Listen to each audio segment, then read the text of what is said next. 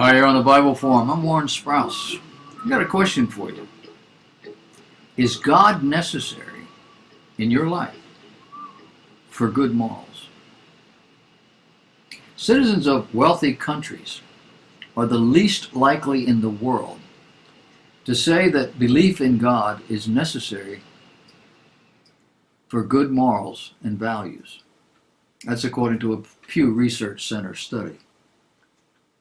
This according to the survey released Monday that asked 38,426 people in 34 countries about their beliefs, religious beliefs, God, and morality. Among the findings were that citizens of countries with the largest GDP are less likely to agree with the statement, while citizens of poorer countries with lower gross domestic product are more likely to say belief in God is necessary to be moral and have good values. Pew also said there's a strong correlation between gross domestic product and beliefs on the issue. For example, in Kenya, which has the lowest GDP per capita of all 34 nations included in this analysis, 95% of respondents expressed the view that belief in God is integral to being moral. Per capita GDP in Kenya is $4,509 a year. By contrast, only 9% of respondents in Sweden, which has a per capita GDP of $55,815. Only 9% said belief in God is necessary to be moral. What about here in our home, United States? Only 44% say belief in God is necessary to be moral and have good values. In Canada, only 26%. UK, 20%. Meanwhile, the percentages of citizens in Indonesia is 96%. In the Philippines, 96%. In Kenya, 95%. Nigeria, 93%. Brazil, 84%. All of them saying God is necessary to be moral and have good values. This was a survey conducted in 2019. The conclusion here is that where the majority enjoy great wealth and ease, God appears merely to be a pet. But where the majority is struggling, God is real, and biblical values are honored. Apparently, wealth and ease corrupts our moral values. You do know that the Bible warns against wealth, right? Not that people should be poor, but that wealth will corrupt your morals. And that the vast majority of human beings who ever lived have demonstrated the principle. How did they do that? By the way they lived their lives. What about you? If you had an abundance of wealth, meaning twice or three times what you needed, how would you spend that money? Would you tend to spend more? Buying things maybe you don't need? Would you go out to eat more often? Would you go to movies, concerts? Or would you buy a big system, bring it into your house and tie into every movie and music video you could manage? Would you be more likely to follow the fashions through the seasons and through the years, making sure you're in step? Would you keep your car until it costs more to run than it costs to buy a new one? Or would you buy a new car whenever you felt like it? Would your church giving increase? Would you be more likely to give more? The truth here, I believe, is that most of us would live higher than we currently do. And we would give to the Lord about the same as we do now. Not being grateful to God for the abundance. Why do I say that?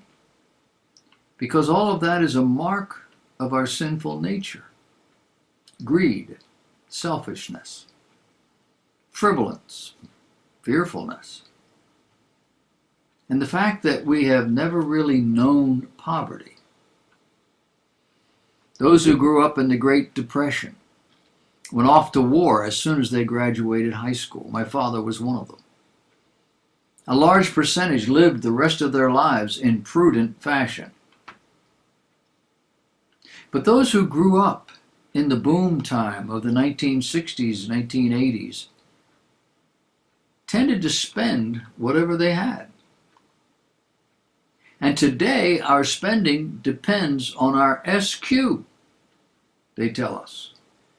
SQ, selfish quotient. We are selfish creatures by nature. We must be taught by parents or by circumstances to be otherwise. And money has spoiled a whole lot of people, from movie stars to preachers, business people, and a whole lot more. Money is not the root of all evil. It's the love of money. Do you have enough? Some people never do. I have lived 4 or 5 different lives. Initially, I started off working for a nice company called DuPont. And in about 5 or 6 years, I was making what was called top-rate money. I made as much as my father, who had been there for 30 years. At the age of 25, 26, I was married. I had 3 children, 2 cars, a 2-story home, 3-bedroom, and a laundromat. I had put a new roof on the house. I had added a new room to the house. I had put new and wider driveway and sidewalks. And we had done everything we wanted to do. Oh, I also went to college. Went to Bible college. Graduating when I was 30. The summer that I graduated, I quit my job. I didn't have a job to go to. I just believed God was going to do something in my life, and I wanted to be ready. We were going to put the house on the market, take whatever we could get out of it, use that to live on until God moved. The night we sat in the backyard and made that decision together, prayed together about it, a letter was already in the mail from a church upstate New Jersey I'd never heard of in my life.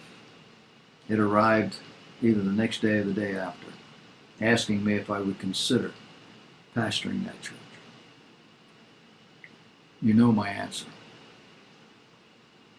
I pastored that church for 13 years. Only the last couple of years did I make a living wage. But all of my children went to private school, to a Christian school. And we had 2 cars. My children, as they got older, their friends thought that I must be making $50,000, $80,000 a year. I was making 15, plus the house. I was in the 80s, 1980s. I left that church with no place to go, no job. And for the next 2 years, I drove a shuttle. I drove a charter bus. My wife took in children. We lived comfortably. Had no money, but we lived comfortably. From there, I took a job with Barnes & Noble, and I was quite successful at that job. Couldn't get a raise, but I got money about every 6 months. My boss made sure he incentivized me. And over a 3-year period, I have been brought up to where it was a living wage. They transferred me to Wilmington, North Carolina, and I worked at that store for a year to pay them back, and I quit. I had taken a church outside of Wilmington, and I didn't think it was right to do both. That church paid me $400 a week, I think. They fired me after about 9 months. Didn't like my doctrine. I was back out of work again. And for the next year or year and a half, I just did whatever I could to get by. And my wife was taking in children.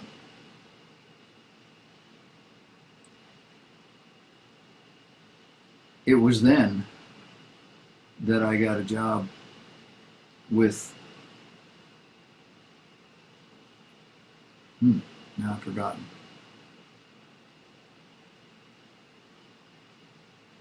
I forgot what the thing of it was now. Anyway, I wound up taking a church that was dying, that was going the other way, and spent 18 years there. It never got to be a big church, but it was some of the most wonderful people I've ever met in my life in that church in Wilmington, North Carolina. I started a radio broadcast in January of 2000 in that town that went on for the next 15 years, maybe not that long. The station closed down about the time that I was moving away. Worked out fine for me. And here I am in Charleston, South Carolina area, still doing the show 5 years or 6 years later, whatever it is, and working part-time so that we can live and get by. Never lived high, never had a whole lot, and yet nobody ever knew how little we had. You don't need a lot of money to live well. You need to get rid of some of the desires. Let the desire of your heart be to serve God, and the rest of it will take care of itself. Movie stars, business people, many preachers have never learned that lesson. Our government is probably going to teach that lesson to us over the next 10 years. Will you be ready?